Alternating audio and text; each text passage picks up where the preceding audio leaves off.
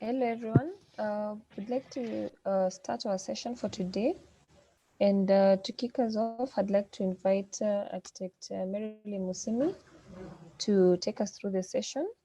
Architect Marilyn is our Honorary Secretary at the AAK. Marilyn, please take over. Thank you. Thank you, Lina. Hi, everybody. Welcome to this webinar today. I would like us to have a brief word from our president, Mugore Njendu. I see she's here with us. She might need to leave, but let her just give us 2 words before we start. Karibu sana, President.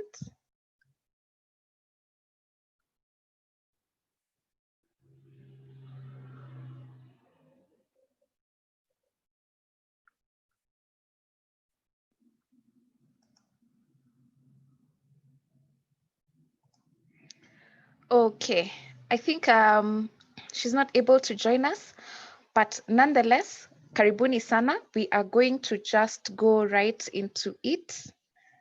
My name is Marilyn Monsiemi. I am the Honorary Secretary at AAK.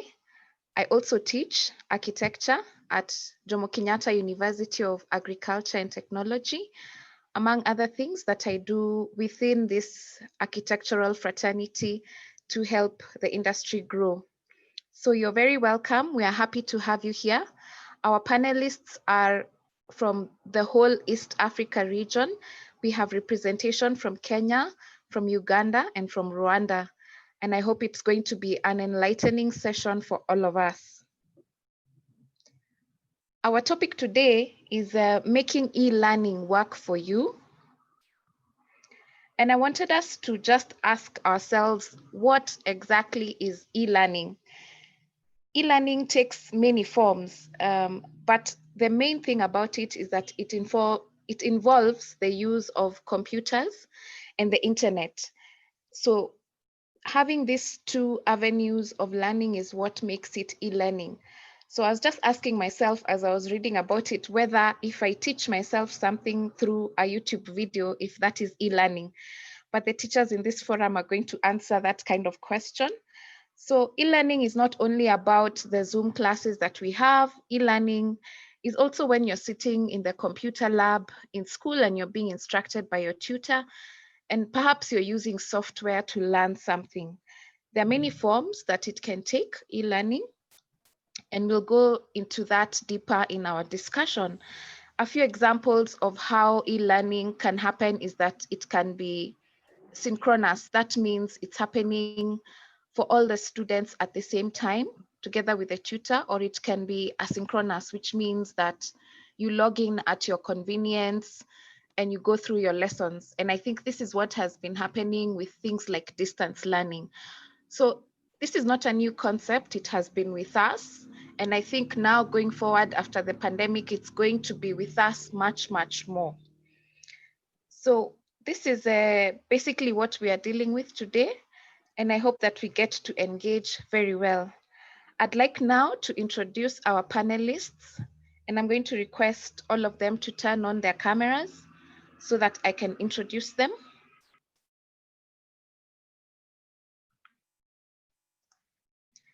I will begin with our experts in the house, and I will begin with architect Wycliffe Nyachwaya. Wycliffe Nyachwaya is a practicing architect and an urban designer with over 10 years lecturing experience at the university. He's my colleague at JKUAT. His philosophy is that all students have the potential to contribute to the field of architecture through unique methodology and solutions. Welcome, Wycliffe. Please say hello. Hello, everyone. Wycliffe has a very lovely apartment with a very good view right there. Okay, our next panelist and expert is Isabella Munyao. She's an academic currently heading the animation and digital design department at Nairobi Institute of Technology, Westlands, commonly known as NIT. She freelances as an animator and UI designer in Nairobi, Kenya. She holds an MA dissertation in digital arts from the University of Witwatersrand, Johannesburg, an honors degree from the same university, and a BA first class honors from the Multimedia University of Kenya. I think Isabella likes to be called Bella. So welcome, Bella. Please say hello to our attendees. Hello, everyone. Thank you so much for having me in this panel. I really appreciate it. Unfortunately, I do not have a webcam set up, but I am glad to participate all the same. Thank you. Thank you. All right. Our next expert is Jerusha Kimani. Madam Jerusha Kimani has 16 years experience in the use and implementation of e-learning management system, content development, authoring tools, training systems, and website development. She is currently a Chief E-Learning Officer at ICT Center of the University of Nairobi.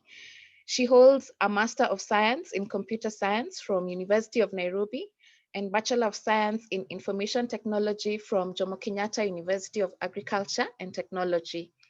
She has consulted widely on e-learning content development, conversion of materials into SCORM format, and use of the e-learning system and implementation at IDLO, AWSC, KESI, and Vision 2030 project. She's going to tell us what all those acronyms mean. Karibu sana, Madam Jerusha. Thank you, Mubwa. My name, as you have heard, is Jerusha, and I'm glad to be in this platform. Thank you. All right. And next, I'm going to introduce our panelists who are from around East Africa, and they are the people that are really engaged in this e-learning. I will begin with Elizabeth, Queen Elizabeth. Her second name means queen. So Elizabeth Navagereka, I hope I said it correctly, from the Uganda Martyrs University.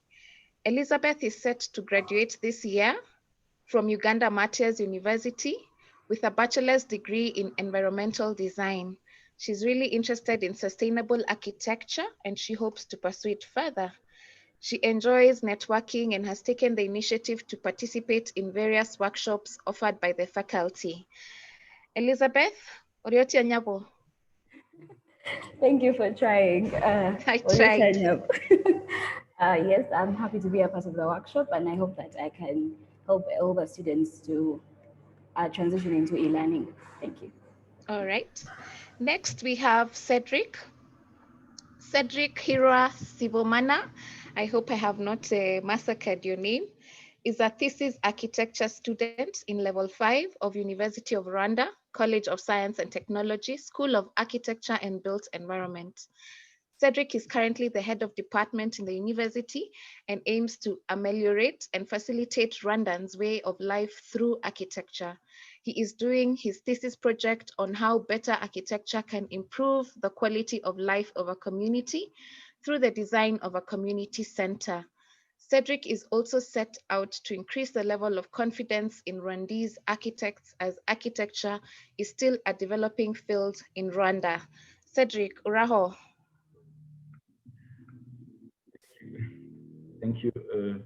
As my name is Cedric from Rwanda, I'm very happy to be here as a panelist. Thank you for having me. Thank you very much.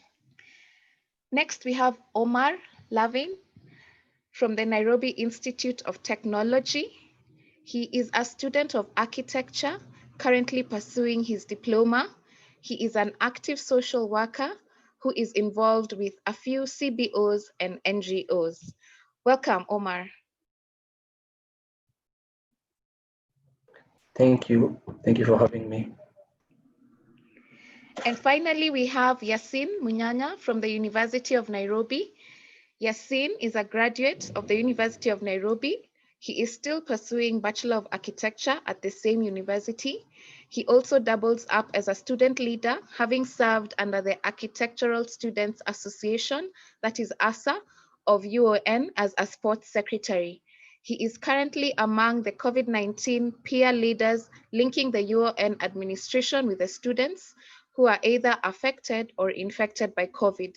He's passionate about photography, leadership, and of course, architecture. Karibu sana, Yasin. Good afternoon to everyone, and thank you for having me on board. It is my privilege to be part of this noble discussion, and thank you. I hope we learn from each other. Over to you. Thank you very much. So I will go right into it, and I will begin with our experts in their house.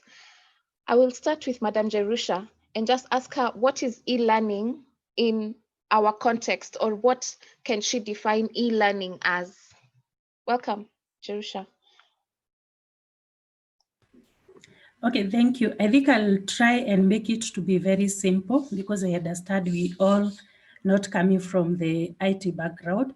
So e-learning is when you learn online, but the program, remember we have a program, the structure of the program, there's a starting point and there's the end point where you add the certificate. So not everything that you're going to learn on internet, you say that you have done a course online. So it has to be structured, and every country have its way of doing the degree program. So any course that has the structured way and it is being offered online means that you learn it through the internet. That is what we talk of e-learning. I know we have different types and we'll be able to look at them later. Thank you. Okay, thank you very much, Jerusha. Just to take it now to Isabella and ask, how have you been delivering e-learning in your own experience? In my experience, e-learning has been part and parcel of the animation curriculum. And wherever you go online to study animation, you will find an aspect of electronics and software-led learning. For animators, I believe that we had a bit of an easier transition to e-learning because a majority of our learning content and learning guides are already available online. So we had that initial push.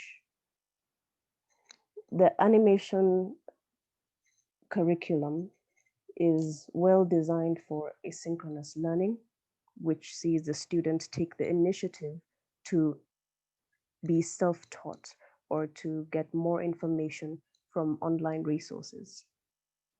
That, to me, is how animation situates itself in the world of e-learning. Thank you. All right, thank you very much, Isabella. Over to Wycliffe. And when I was preparing for this webinar, I had a couple of questions that I wanted to ask, but Wycliffe is a teacher in his own right, and he said he'd like to just give his opinion, and I'd like to hear that opinion on what generally are your thoughts on e-learning. Architect Nyachoya? Thank you. Yes, quite a bit radical. Through my research, I've been looking at digital transformations, and that e-learning is part of the digital revolution that is happening, and it's impacting the world. I know the COVID has pushed us, but it's in a stage of development, and now it will be part of us. So even if we go back, like the president announced, you will find that aspects of e-learning have now come of age, and they'll be used more and more, and it will transform how we do things. Okay, so I want to ask, what does it take for you to set up an e-learning system? And I'll direct this question to Jerusha. What do we need? What sort of training? What sort of equipment? Tell us. Okay, thank you. To come up with an e-learning platform, there are different things that you need to look at. First, you need to look at the infrastructure. As an institution, are you able to host the e-learning platform? Do you need to hire the services? You also need to consider the number of users who are going to use the platform. Is it viable to host it in your institution? Is it easier to outsource the resources? So there are so many things that you look at: the infrastructure, the users who are going to use it. You also need to look to consider the content that you want to put in the platform, so that you can be guided by which e-learning platform is best. Remember, we have open source, they are the one. There are others which are licensed that you can be able to buy. So there is a lot of consideration that you need to put cost is also involved so that you can be able to make a better decision. So in looking at all that, if it is a small institute, you may want to start with open source because there are already open source platform available. You may need to have an expertise to be able to customize and fit it in your, to be able to fit your institution and what content you want to be available. Then the other thing that you may need to look at, do you have the infrastructures with you? If you don't have, then I think you can be able to hire or to outsource. Nowadays, we are talking of cloud computing, which has made it easier for us. You don't need to keep buying the infrastructure. You can just outsource the space and you're able to put your platform online. Yeah, so those are the things that you look at for the infrastructure. Then once you have the infrastructure, there's also the content. The content needs to be structured in a way that someone can be able to learn easily online without having to refer back to the lecturer. Thank you. Okay, thank you for that answer. So can you give us a bit of what has been the experience at University of Nairobi? Because they seem to be the leaders currently in e-learning. So what has the university gone through in order to be able to set up? Okay. Now we've really evolved. We've come from very far. We have used different platforms. And one thing I know that university has so many students. We are talking about more than 60,000 students that we host in the University of Nairobi. We also have lecturers, and also they range in terms of age. So we have the ones that are a bit analog and others which are who are digital. That means the accepting of technology is quite easy. The journey has not been quite easy, but I think COVID has also really helped us in ensuring that they are all able to embrace the technology. So that has made it easy for us. Not really easy, but it has paved a way for us to be able to convince on the use of the e-learning. We have been having very frequent training on the staff, on the student, and also for the lecturers. We have the academic staff, we have the support staff. So we have had an all-round training to ensure that they are comfortable in the use of the system, and also to ensure that even the student, when they are learning, I know there are challenges from the student side, from the lecturer side, and from the support side. But what we have tried to do as the e-learning team is to ensure at least we do a lot of training and to make sure that all the users are comfortable with the system. Yeah. Okay, thank you, Jerusha. I'd like to go now to Isabella and to ask, in your field of animation, what would you say have been the advantages of having access to e-learning on top of in-person teaching? For the animation field, and I would like to broaden it a bit. Let's stretch it beyond animation and let's include computer-aided design, which is something that architects study as well. The e-learning access has been prevalent for, I think, a little over a decade for the field of computer-aided design, simply by nature of it being computer-aided. You would have access to a network once you have a computer set up, and from there, you would meet online on forums and platforms other like-minded students who are also studying CAD.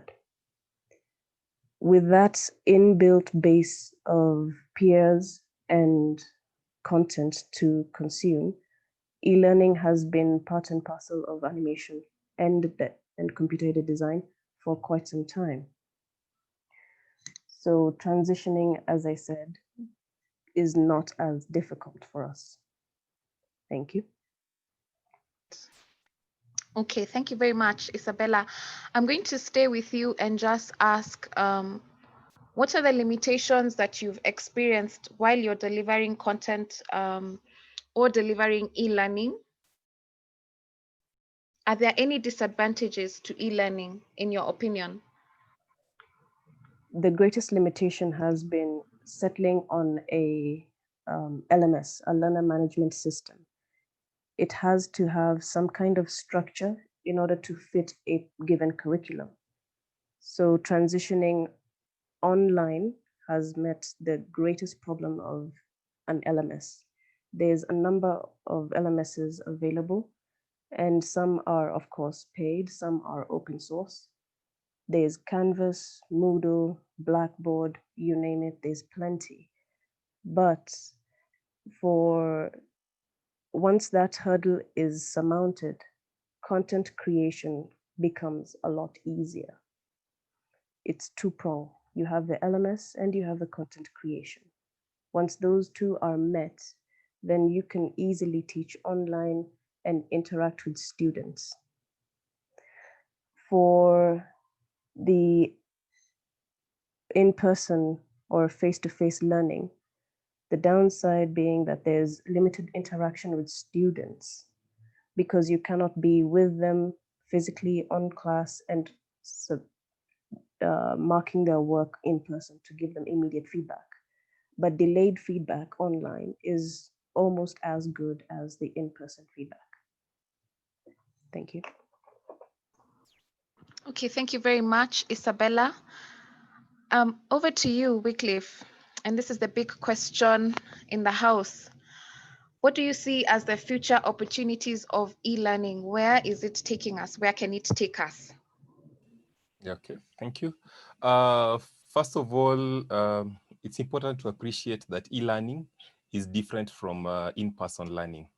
I do a bit of music, and I understand that when you're learning a song on a piano and when you're playing the same song on a guitar, it's different. You can't just apply it just the same way. Just like when you're speaking English, maybe as your first language, then you're learning Swahili, it will be wrong to try and just directly translate the words into Swahili. You'll find you're making a lot of mistakes. And I think that's where we are right now with e-learning. There's a lot of direct translation. We are trying to recreate in-person learning in e-learning. Of course, it cannot work because they are different. They're different because, first of all, the environment is different. You're at home. So instead of fighting that you're at home and trying to make it look like you're in class, you should instead embrace it and take advantage of it. So have the comfort, set it up to make it nice. That's one thing, the environment. Secondly is the delivery. You find that when you're in class, it's easy to concentrate when someone is talking and looking at you because now there's some policing, there's some coercion. You have to, but when you're at home, there's that passionate, there's that initiative, that drive that I want to be there, I want to participate. There's some practical aspects, so I'm experimenting on the side. There's maybe breakdown to group discussions. There's further YouTube videos to look at. Which is very important because also when you're in-person learning, the source of information is the tutor and the school. But when you come to e-learning, we appreciate and embrace that now we are dealing with the world, it's global. So before a class, perhaps you need to go through the notes, you need to look at YouTube, you need to look at the context behind the time you're looking at. Like if you're looking at history of architecture, the Roman civilization, you'll see from war, from the Christian perspective, you have the ability to research further online. So instead of the traditional way where you'll just stay at the lecturer and hope that their mode of presentation will direct you, you now have the ability to investigate further. Another aspect which I see that we are almost getting it wrong is performance indicators. When you're in class, we try so hard to do the examination, the cut, but we ask ourselves, how are IQ tests conducted online? Yet we find them to be credible. So we have to look at ways of carrying out assessment and class participation in a way that understands that this is a different medium and we're not trying to just replicate what is there in the in-person learning. And then also for the participants, the students, to understand that yes, e-learning is here with us and the skills that we gain will translate into career in terms of working from home, like what we have seen, and also conducting online meetings with clients. So it's actually a skill that once students understand that this is something we're going to be using and this is how we'll be interacting, they'll be able to embrace it better. But the more we continue trying to just do direct translation from in-person learning, the more we'll keep facing hurdles and getting it wrong. Yeah. Thank you. All right, thank you very much, Wycliffe. So what you're saying is that we should not try and do what we do in person online and call it e-learning. All right, so now I just want to jump over to the actual consumers of this e-learning and get some views from them. And I'm going to start with Elizabeth, Queen Elizabeth, and just ask you, what has been your experience with e-learning? How do you use it, and particularly as an architecture student or an environmental student? All right. Hi, everyone again. I'm Elizabeth from Uganda. I hope you can hear me. With e-learning, we definitely have to look at both sides of the coin. The upside is you are availed with a number of various platforms that can be helpful to your learning experience. Like Isabel mentioned, there's Moodle, there's Pinup, there's Slack. So we have to take advantage of these platforms. But then on the other side, there's also the financial cost, because now something that was free, like free Wi-Fi at school, you have to incur data bundle costs. And telecommunication companies have tried to give us affordable bundles, but over time, that's still a cost that you incur. And also the mental cost, because with architecture school, we have the studio culture. So now with virtual learning, that's a bit lost, since you can't interact with your peers and your tutors anytime that you see it viable. So project-based courses require a lot more effort and self-sustenance on your part, because you have to mentally be stable to I don't know, to be able to do it by yourself, but also take the step forward to have to look for the help that you need. Yeah, and of course, as an architecture student, yes, I use it for, besides attending classes and also trying to reach out to my peers, having workshops like this, because I participated in a global urbanism studio that was with Washington students in St. Louis. And that was also virtually, so we had to find a way to work between the time difference. We had to find a way to do the work without having to go to the site. And this presents us also with having to learn about the intangible aspects of architecture, which I think is very helpful with e-learning. Yeah. Thank you. Okay, thank you very much, Elizabeth. So it takes a lot of initiative on your part to just want to get it done. I'm going to go next to Yasin. And I'd just like to ask you, what tools have you required in order to engage in e-learning? What did you need? Did you need software, hardware? Just tell us everything that it has cost you. Okay, thank you for the question. So from my personal experience and from the experience of my peers and friends as well, I can say the number of tools, I can say firstly, you need the infrastructure, as I think it's Jerusha who mentioned. You need infrastructure, you need the Wi-Fi. You actually need a very good internet connection, not just an internet connection. And on top of the Wi-Fi, you actually need the device. Is it a mobile phone? Is it a laptop? Is it an iPad? You know, you actually just need to have, it gives you the flexibility. Okay, it doesn't really give you the flexibility, but you need the tools that can actually enable you to be able to carry it out in a dignified manner. Because if you're at such a forum, for example, and you find there's someone who's been invited to this forum and is not able to afford Wi-Fi, or the Wi-Fi is down, for example, they will not be able to attend it. But then on the other hand, if someone has whatever they need, it is actually quite okay, because with the tools I've mentioned, like Wi-Fi or mobile data, you're actually able to carry it out from a portable location, like a restaurant or whatever, and or wherever. And the last tool I think someone needs is, as I think it's Architect Hiroya who mentioned, discipline. Because to be very honest, you can actually be somewhere and you're doing you can be in a class, the class can get boring, but you're not compelled. There's no coercion for you to actually stay there in class and actually literally just sit into the end. So you actually need discipline. And I feel that's a tool that we might actually need eventually. Thank you. Okay, thank you very much, Yasin. So what I'm hearing is we need discipline more than we need the Wi-Fi. I want to ask Omar, have you had any challenges, if at all, in accessing your e-learning opportunities? And what has been the implication for you? Does it mean you've missed out on class? Does it mean you had an advantage over other people if there was no challenge? Just take us through and tell us if there are any challenges and what that has meant for you. So obviously e-learning, thank you for the question, by the way. The e-learning has its challenges, of course, and it's different with every other student. Personally, I've had challenges accessing classes because everyone is at home, and everyone is trying to access their own meetings and classes. So it does somehow make me want to have my own data.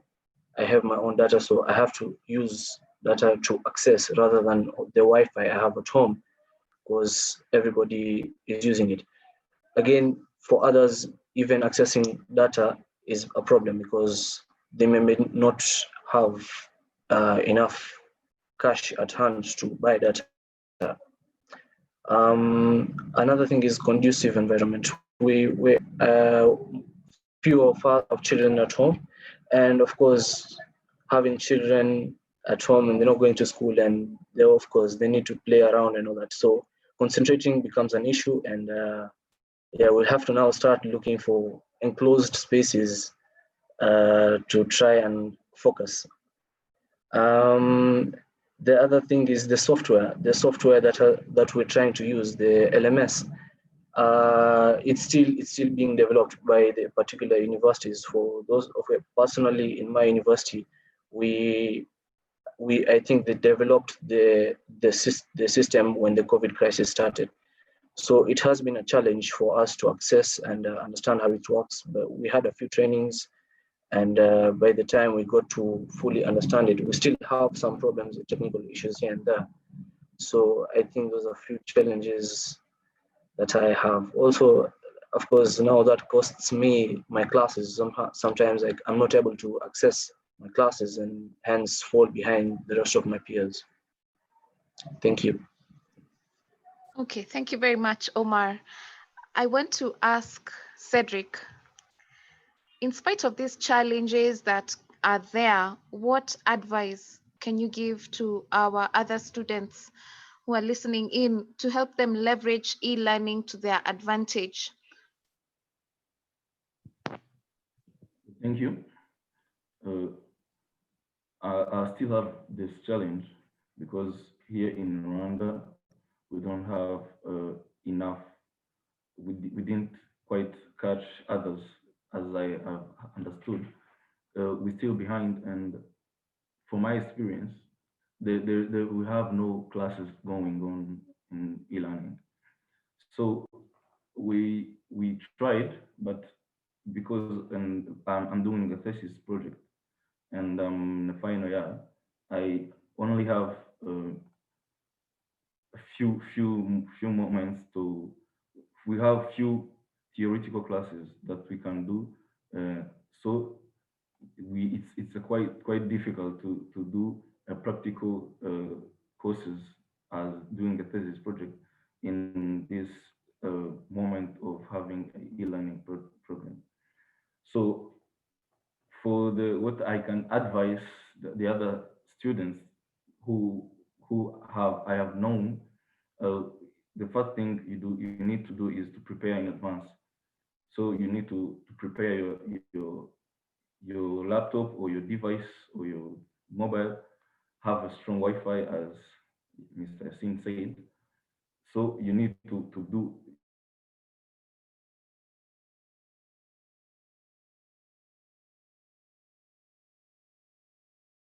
preparing and time management before. The other thing I can say is do more research. As Mr. Wycliffe said, you don't have only the tutor and the other students for learning. You have YouTube at your disposal, Google, and other platforms. And you need to do more research in these e-learning platforms, which is a bit helpful, but still struggling at this time. Thank you. Thank you very much, Cedric.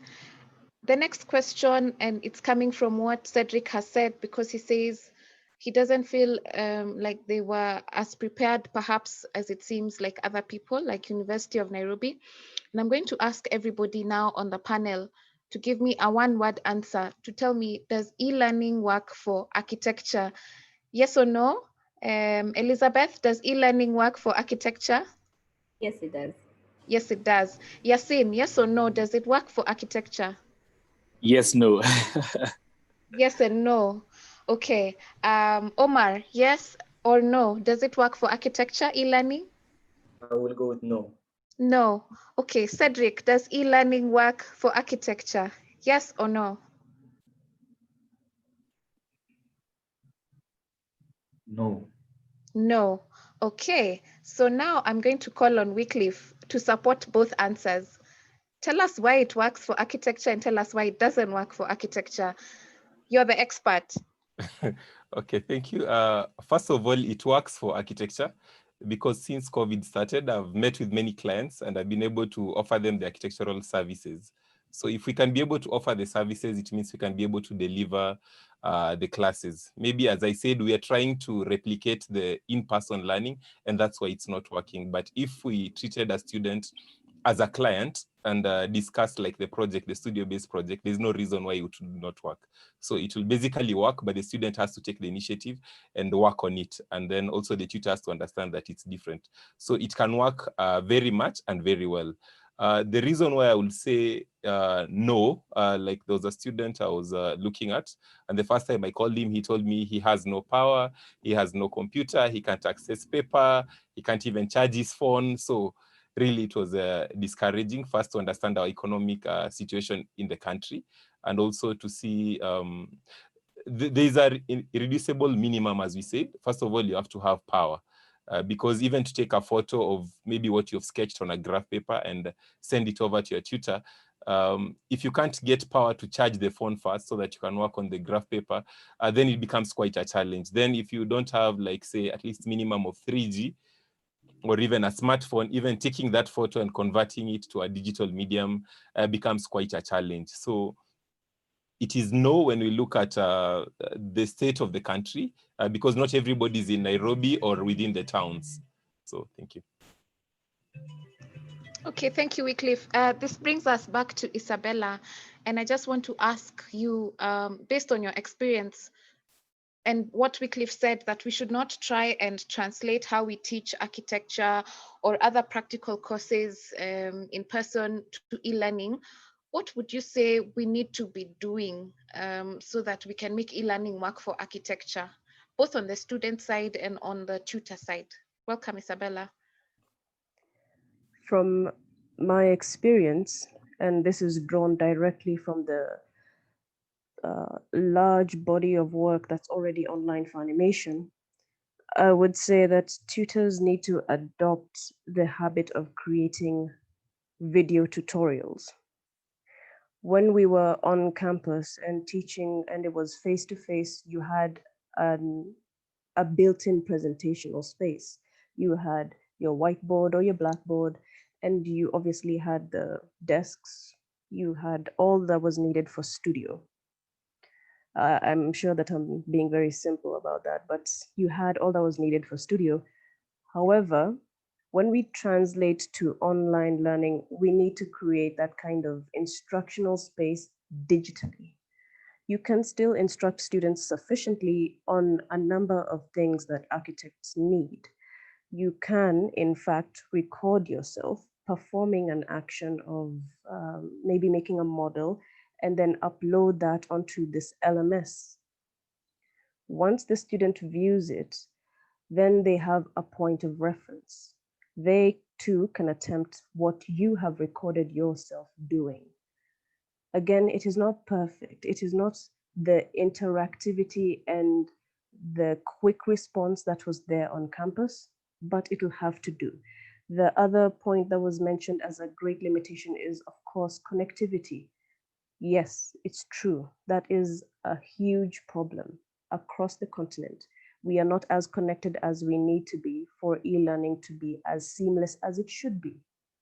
But if we have preventative measures, or we preempt the need for training by creating video tutorials and other supplemental materials of that nature, then we can feed it to students and they have that asynchronous learning experience that we've discussed.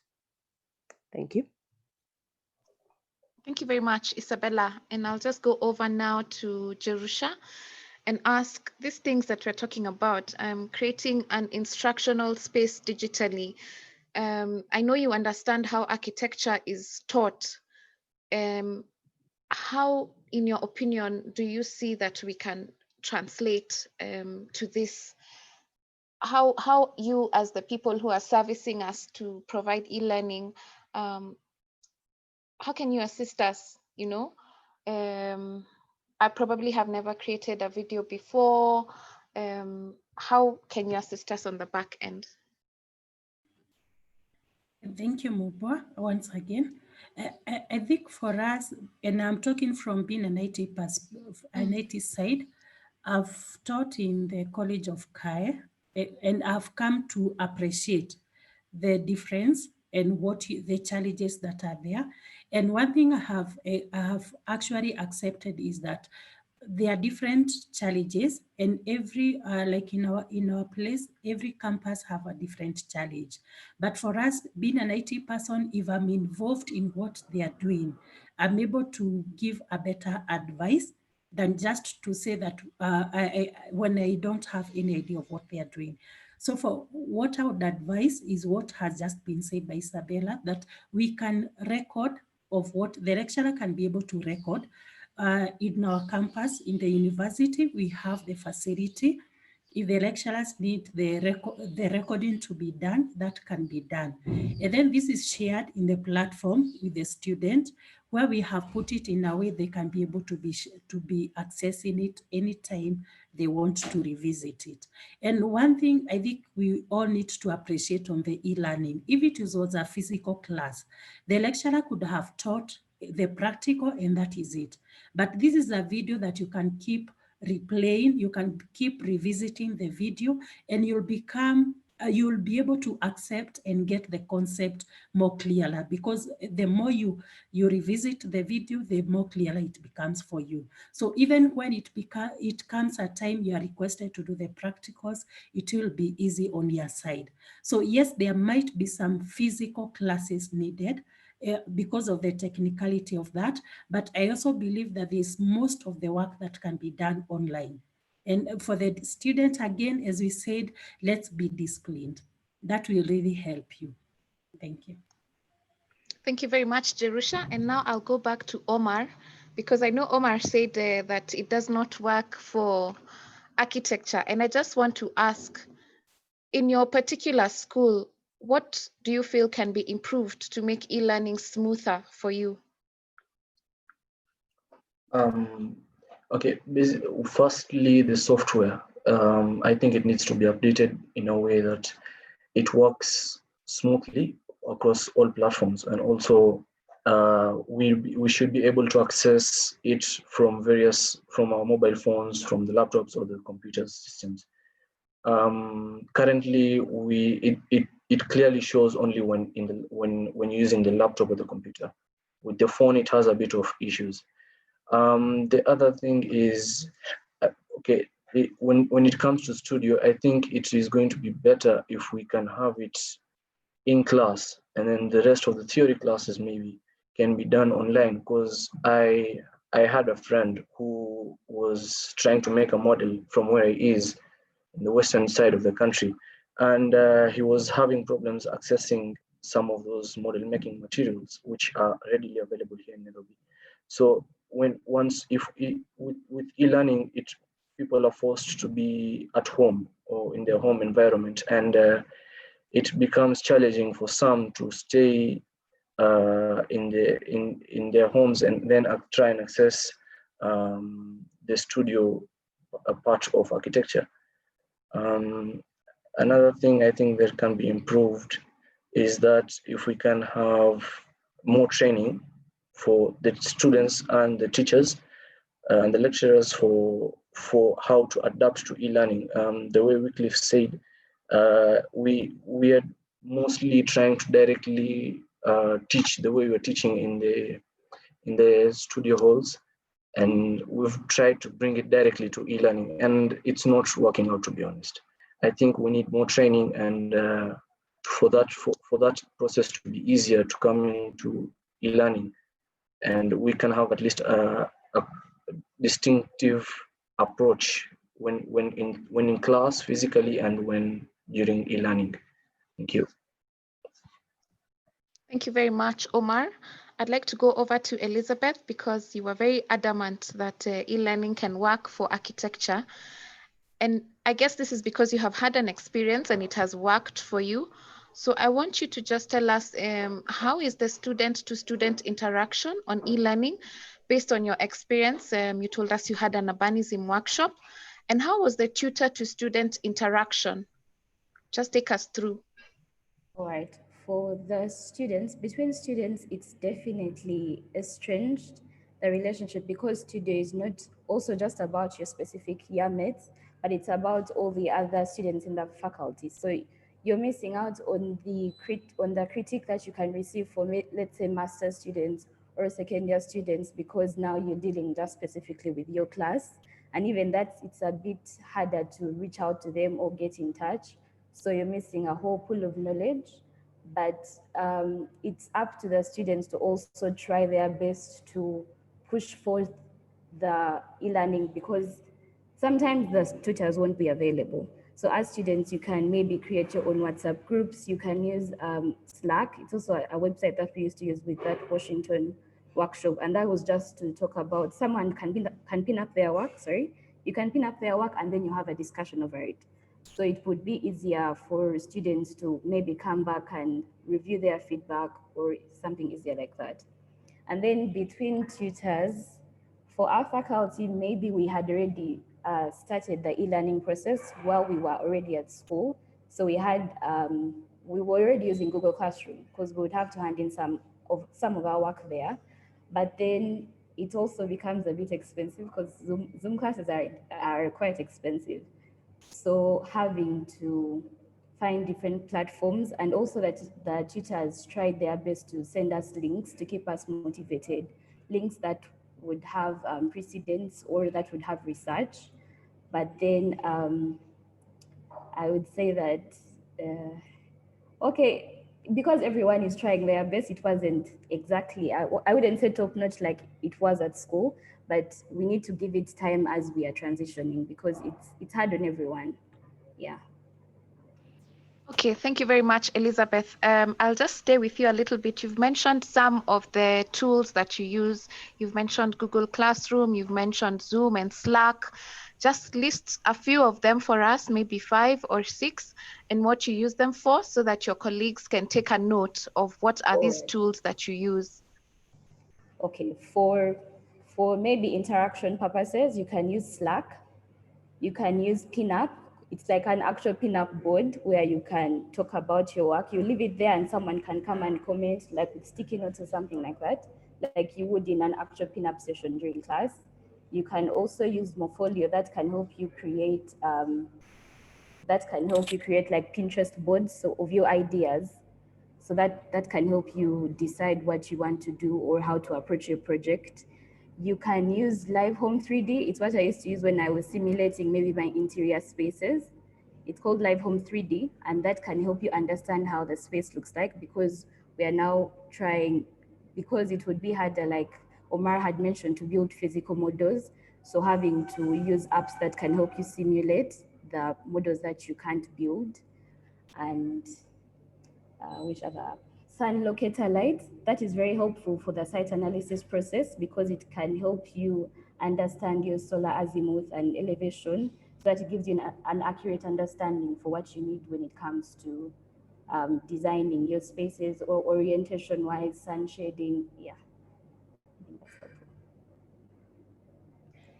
Okay, thank you very much. Cedric, I hope you've taken note of some of these tools that you can use, and you're going to keep in touch even with Elizabeth. I just want to ask you, Cedric, to to take you back to a question that I asked Omar, and to ask, in your particular school, in the University of Rwanda, what can you say will be improved or should be improved to make e-learning smoother, and particularly for you as a final year student? Okay, thank you.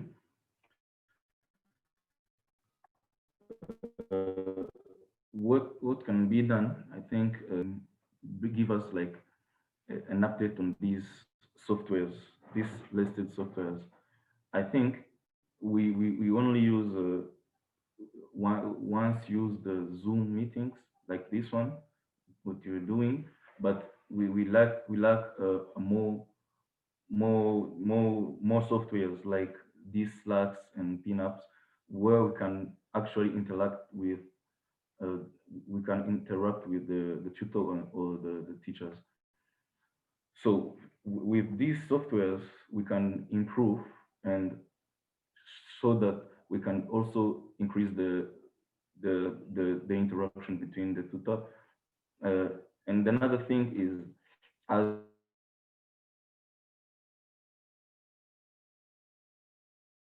we students, we don't have, like, if the university can create like an equal opportunity for all of us, all students, so that so that those who can't have Wi-Fi at home or internet connection can also have the same privilege with those who live near those places with Wi-Fi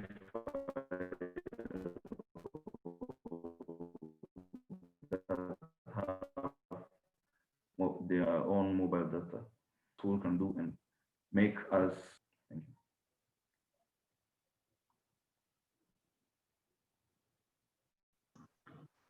Okay, thank you, Cedric. Now, I want to just float this question to everybody, and it will be our last question before we go into question and answer.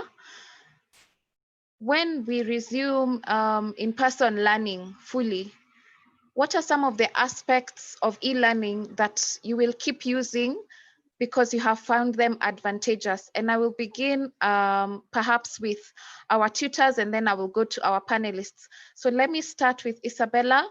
What aspects of e-learning will you keep using even when we go back to in-person? The first resource that I will maintain when in-person learning begins is the video tutorials that I'm creating right now for my students.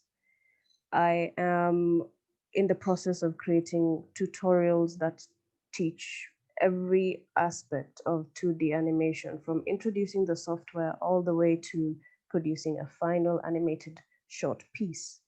And these videos are going to be a resource throughout the years, unless there is some major change in software or some newfound way of animating using a stylus and a tablet.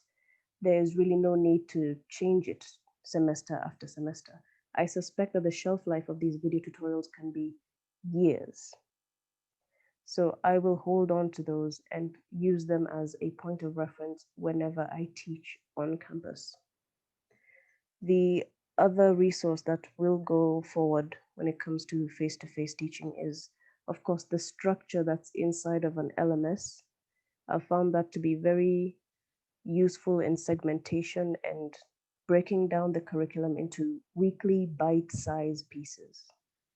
I appreciate that about the LMS. Thank you. Thank you, Isabella. Over to you, Madam Jerusha. What aspects of e-learning do you think we should keep even as we go back to teaching in person? Okay, 100% I agree with the LMS that we are going to teach physically, but remember we have the content in soft copy. So let's upload those content online on the platform where the student can be able to access them anytime.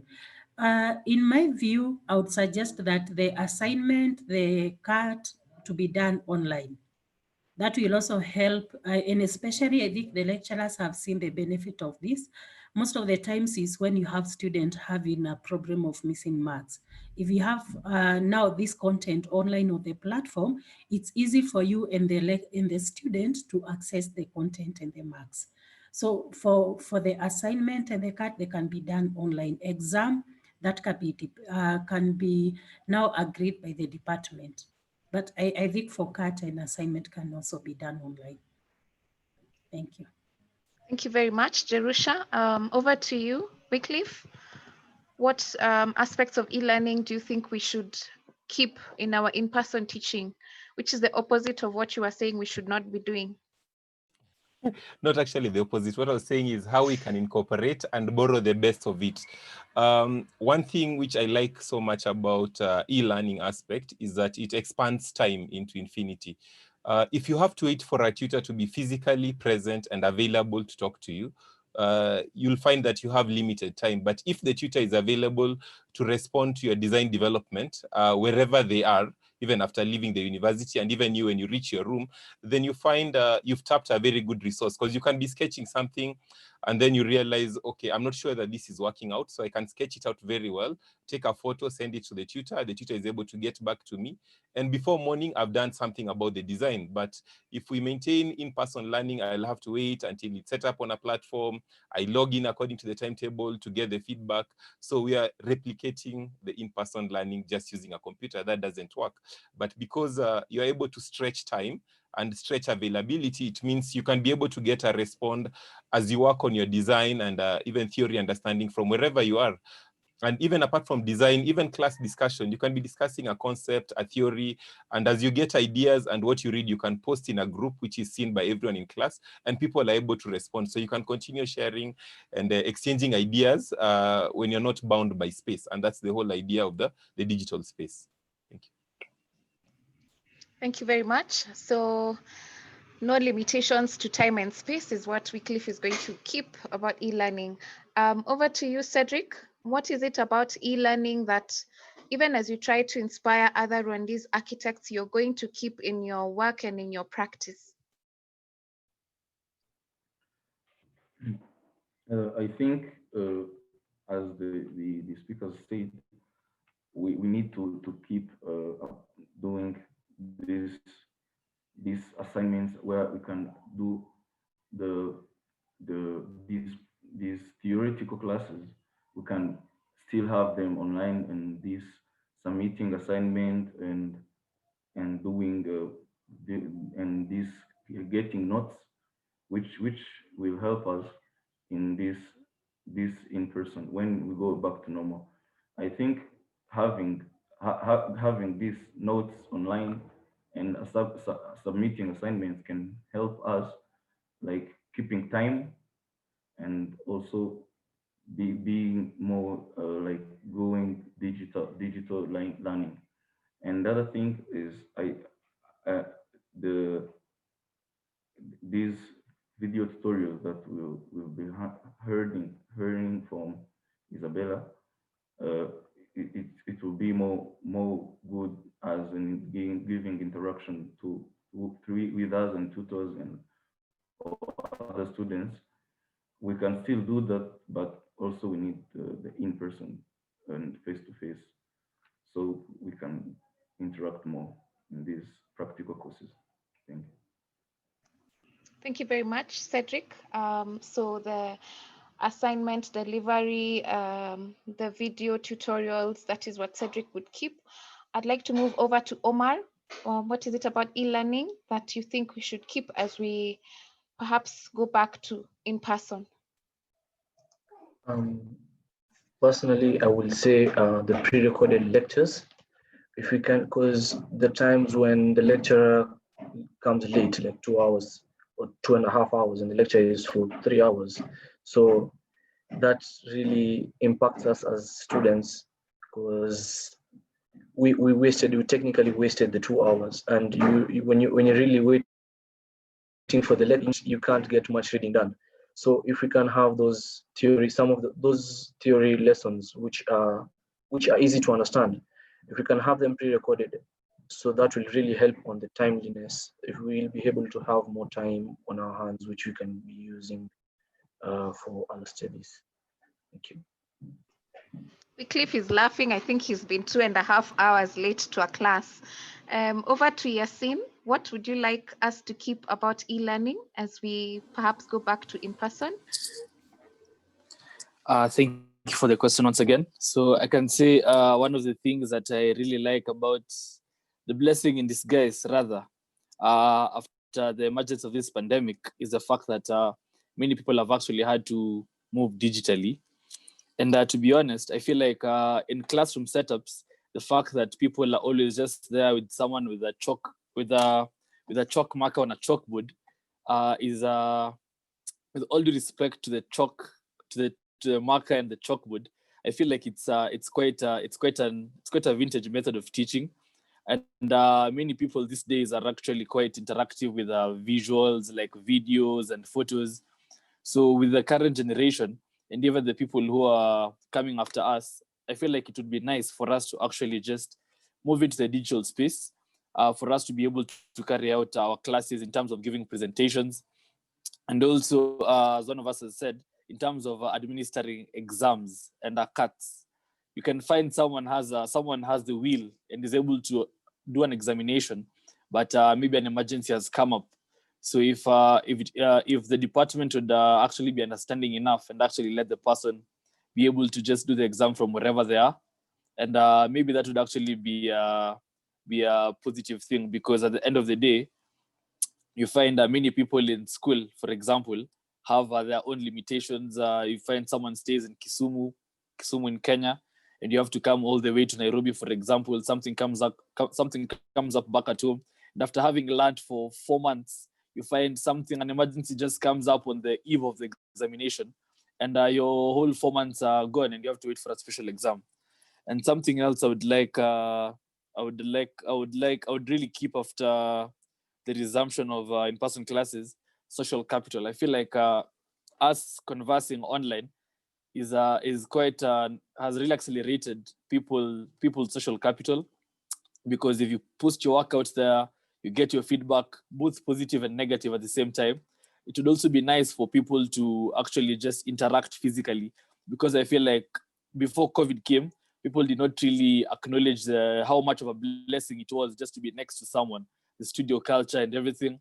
But after COVID came, I feel like once we do away with it, or once we get back to physical classes, it would really be nice for us to really appreciate how much of a blessing it is to be next to someone, and actually just be able to network, attend more webinars, or sorry, not webinars now in this case, but attend more physical meetings. And at the end of the day, I feel like we should be able to adapt to change, because after COVID came, okay, before it came, actually, I can actually say that people were not really fully submerged into e-learning, for example. People mostly valued in-person interactions, and I feel like e-learning was just a complement. But I feel like once we resume our classes, it should actually be more of 100% e-learning, 100% physical. We'll actually end up learning at a more rapid rate. Thank you. Thank you very much, Yasin. I'd like to close with Queen Elizabeth, just to tell us what it is about e-learning that you'd like us to keep when we resume in-person learning. After that, we will go into our question and answer session. I request our attendees to either raise their hands or type their questions in the chat. Okay, Karibu, Elizabeth. Right, Karibu. The most important for me would be to continue with self-directed learning, because with e-learning, you've learned how to push yourself further, to learn at your pace. If you haven't understood something in class, you go the extra mile to find videos that can help you. So I think going back to school, when we are in a studio setting, sometimes you get lost and think that because everyone has understood, you've also understood. But the important part is to push it further so that you know that you've understood a specific topic or a specific subject. Then also, because of the pandemic, for our faculty, we've been forced to learn CAD programs. We were still doing the hand drawings and just knew a bit of CAD, but now we were forced to work from home. We didn't exactly have the tools that we had at school.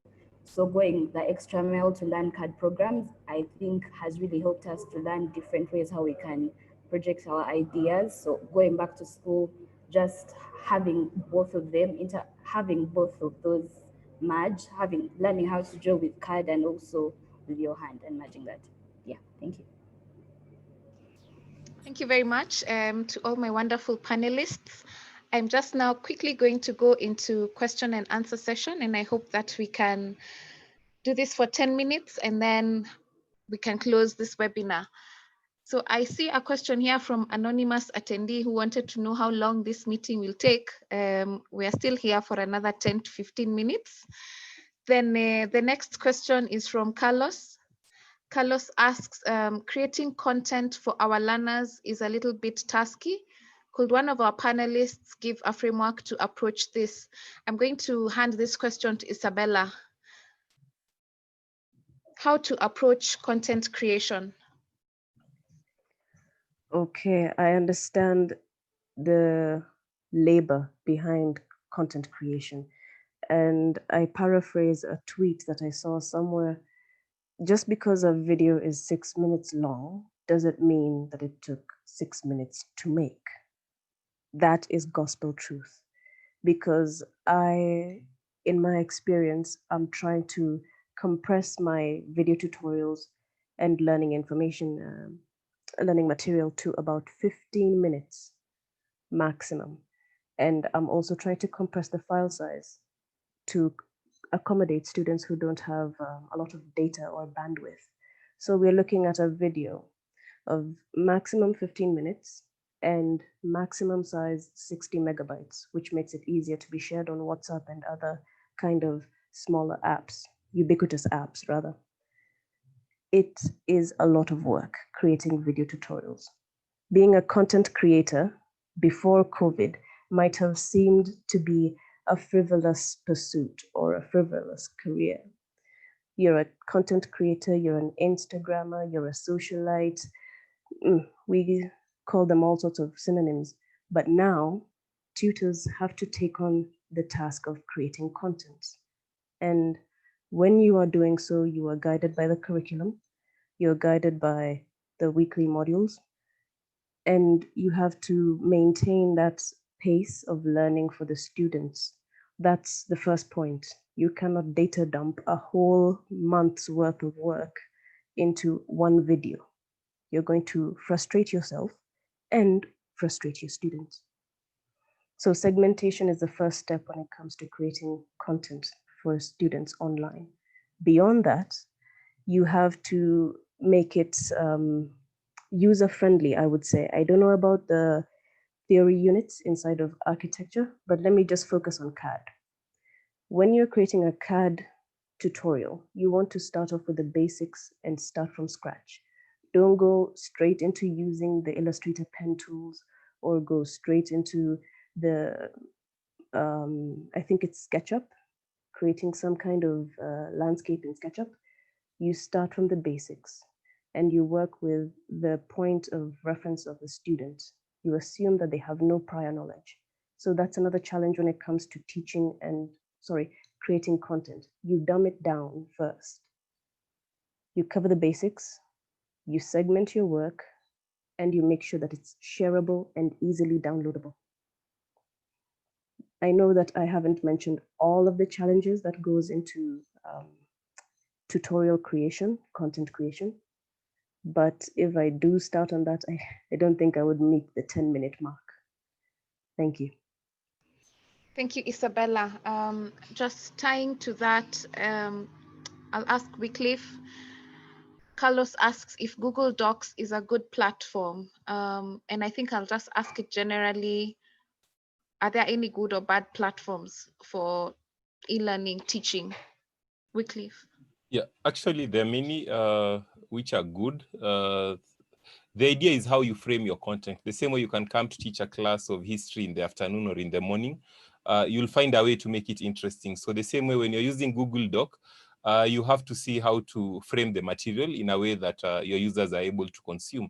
The same way as Isabella mentioned, like when you're doing a video tutorial, there's a way in which you'll place it so that the students are able to follow you.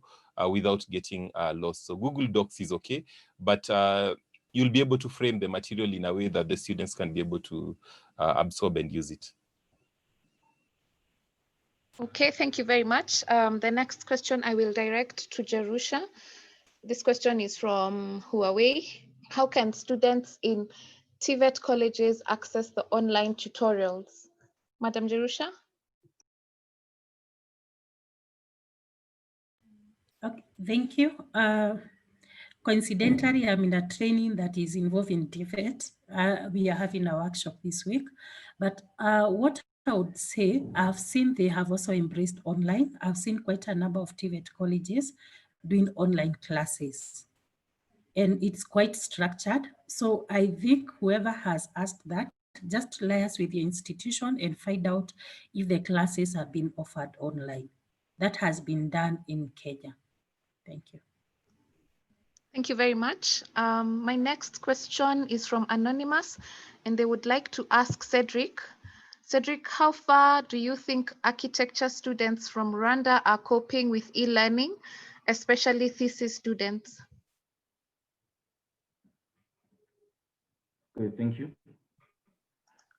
What I think about e-learning when you are in thesis, I think because we have like two parts, where we have the first part as the writing a thesis book, where you do your research and put it in the book and write a book about the thesis.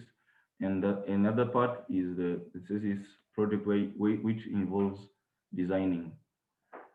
So I think for the first part, it is easy to use e-learning because it's more than a theoretical than it is practical and needs more interaction in class. So from my fellow classmates and my thesis and the other thesis students in Rwanda, I think when they're writing their books, the thesis book, which involves more research and more self-learning directed program, it's better than that you learn by yourself and do more research and concentrate more as you need to learn by yourself. And the other part which brings design and more critics from the tutor or from the other students, we can use what they call the tutorial or like a simulation where you can take a video doing something and show it, and you can get more crits and which will be helpful with the students and the student to tutor interaction. Thank you. Thank you very much, Cedric. In our question and answer panel, there are some questions there that have already been answered. So if you had typed in a question, just see whether it has been answered if I don't tackle it. I'd like to field this next question to Queen Elizabeth. And this question is about how to choose online courses. So Anonymous asks, for premium online courses which are offered by various institutions other than our respective universities, how should students select the best courses providing credible certification? Just tell us how, as a student, you go about it, selecting the credible courses. Welcome. All right, thank you.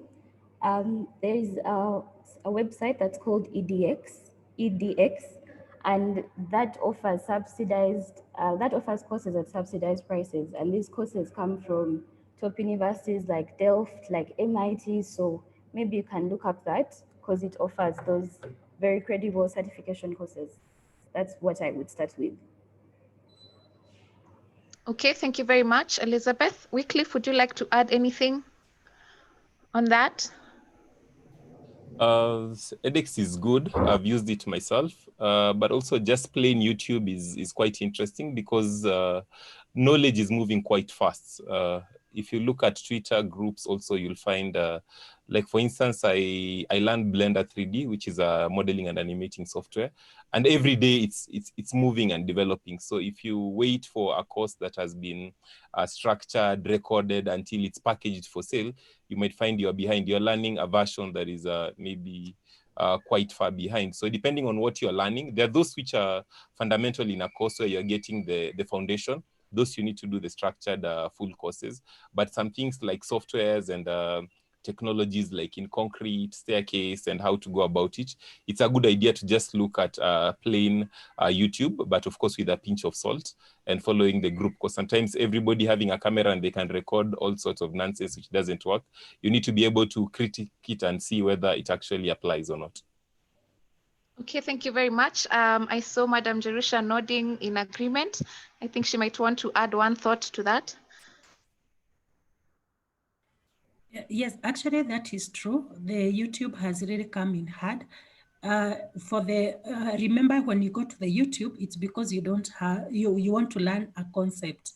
So it's easy to find the content and it is already recorded. The video is already there.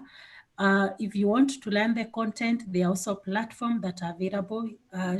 Elizabeth has talked of edX, there are Coursera, there are so many online programs that are there. And with the COVID-19, there are some free programs that are there, which have been even provided the certificate. So in case you get of one, take advantage of it and you'll have an online certificate. Thank you. Thank you very much. As there are no hands that have been raised, this is going to be my last question, and I will direct it to Isabella, and Yasin can also chip in. And the question is, how does the market receive e-learning certifications? So if I come to you and I have an e-learning certificate in animation, how easy is that for me? Isabella? For animation, I would say that the priority would be the portfolio. In terms of the market, the portfolio is king. You need to have a visual representation of your skills and to trace its authenticity back to you. So you showcase your skills first. Skills speak more than certification. However, when it comes to the online certificates, there are, like was mentioned before by other panelists, a number of online, they're called MOOCs, massive open online courses that are accredited. For example, you can learn Adobe online and become certified in it. There are other MOOCs, Coursera, Udemy, Domestika, the list goes on, and certificates are available from them for animation. However, I am not so sure about architecture. I'm sure that there are a number of things that would go into certification of architects beyond just a portfolio piece or even a thesis. Thank you. Okay, thank you, Isabella. As I hand it over to Yasin, I would like to request Queen Elizabeth, people would like you to list the softwares that you mentioned on the chat. I know we are live on Facebook. Even on that link, you could list those softwares so that they're able to look them up. Elizabeth can also be found on Twitter, and I will tell you her handle just now in a minute, after Yasin tells us what he thinks of e-certification and what it does for job opportunities. Yasin? Okay, so regarding e-certifications, I actually feel, and also based on my experience with several people who have been looking to hire graduates and also people, let me say creatives, at the end of the day, the e-certificate can mostly just show that, yes, you have completed the course that your certificate shows. But at the end, but as Isabella said, I also feel like the most important thing is your portfolio, because yes, you can have 100 graduates from a class, but of course, as an employer, you also want to value for your money. So who will you go for? You'll ask for the portfolios of the people who want the job, compare the work, and at the end of the day, you ultimately choose who you feel actually has quite some good work.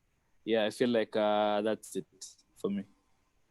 Okay, so I think that is, it's not about what you learned or how you learned it, but how you implement it in actually actualizing your work. So I think this brings us to the end of our webinar. You have been a great audience.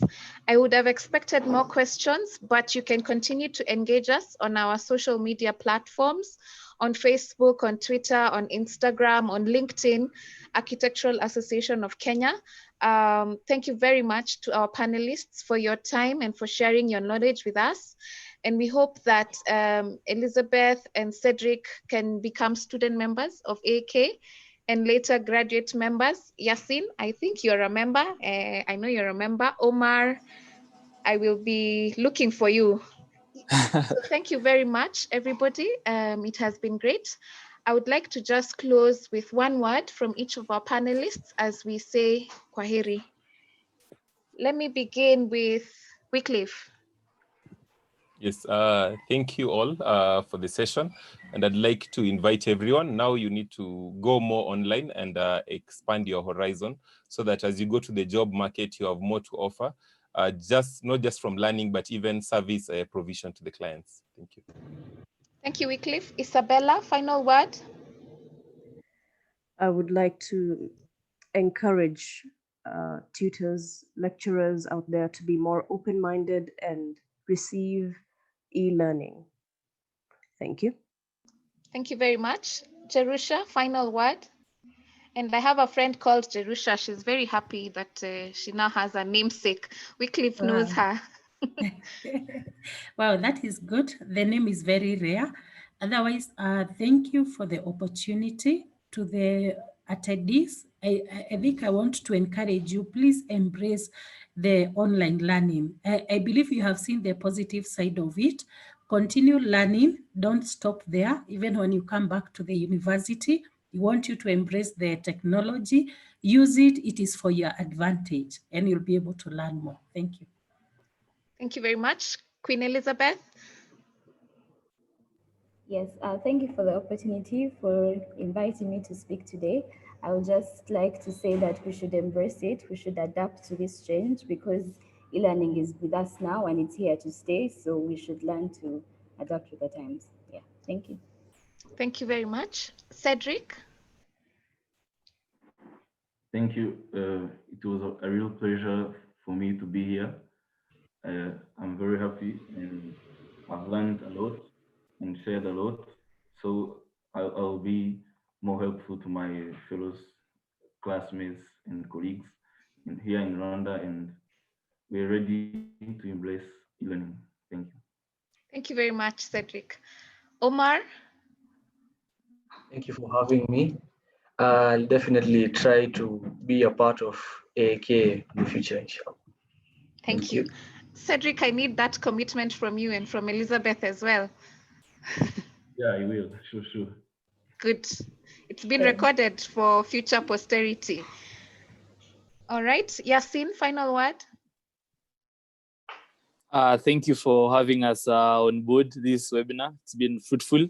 I've learned quite a lot, and I bet the rest have also learned from us. We've all learned from each other. And there's an African saying that says, if you want to go fast, go alone. If you want to go far, go together. So let's all embrace the changes that this e-learning has brought to us. E-learning has helped us be able to interact much more. So let's move together. Let's adapt to the change, and let's network to make our world a better place. Thank you. Thank you very much. So this brings us to the end of our webinar this afternoon. I thank you all for your participation,